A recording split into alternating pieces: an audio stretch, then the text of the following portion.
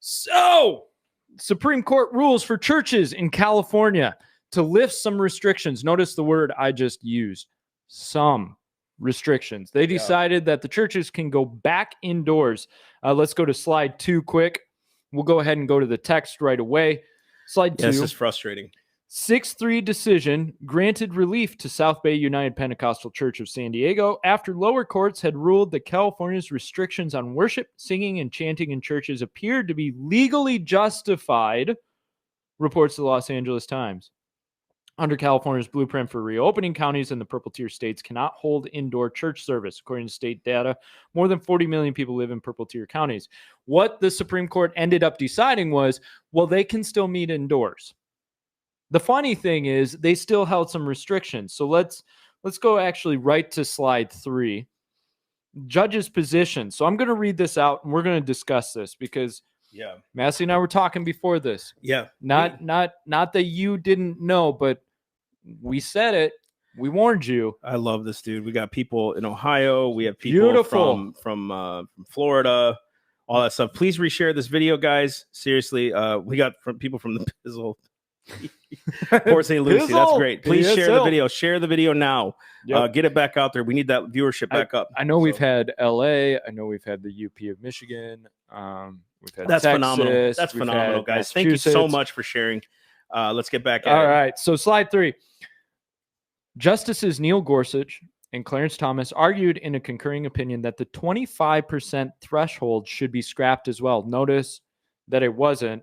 Along with the limits on singing. Alito argued for giving the state 30 days to prove such restrictions necessary, and if they couldn't, the attendance and singing restrictions would be dropped entirely. On the other hand, hear this, on the other hand, Amy Coney Barrett, in her first written opinion, with which Brett Kavanaugh concurred, argued that the church hadn't adequately shown the ban on singing was discriminatory toward churches. As such, wrote Barrett, a ban on singing and chanting in houses of worship could continue to legally remain in effect in the state as the church hadn't shown sufficient evidence that the rule wasn't neutral toward them. Is anyone hearing what was just said and dissented? We said this from the jump. Like, just because they okay, I'm gonna be honest. And I always am. When people are behind everybody and everybody's behind it, that scares me. When people were like, oh my gosh, Amy Coney Barrett's the best thing that happened since sliced bread. I didn't feel like that at all. What was her record? What was her history? People were like, well, she's a family woman. She's adopted. It doesn't matter to me what she does in her private life. And it does as far as morality goes, which I'm not saying she's not moral. I'm saying, what has she done constitutionally? Yeah. And for you to say that churches aren't being discriminated, you didn't show sufficient evidence that they're being discriminated. You are silencing them from government. That's the First Amendment. Yeah. Government cannot pass laws to silence people from worshiping God.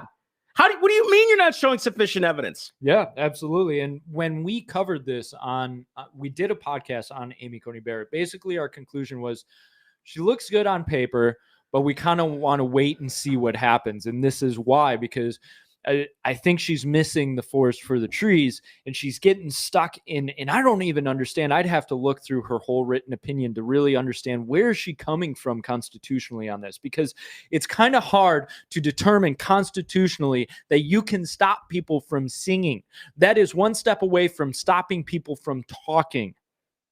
Think about that. But how is that not stopping them from talking? Listen to the opinion. They said, well, we can't restrict you from gathering for worship, but no chanting and no singing. So let's just get this straight. Just listen to the thought process here. First off, the state of California usurped their authority by the Supreme Court saying you could not stop houses of worship. Why was this done a year later? Why is this decision coming down a year later? Yeah. Why did it take a year for them to hear it? For them to tell the state of California you've usurped your authority? Second, just a thought process. If you can't stop people from going into a church, how are you going to restrict them from singing? Are you going to have guards posted at your church doors? Can anybody say dictatorship? That's not a republic. That's not America. No.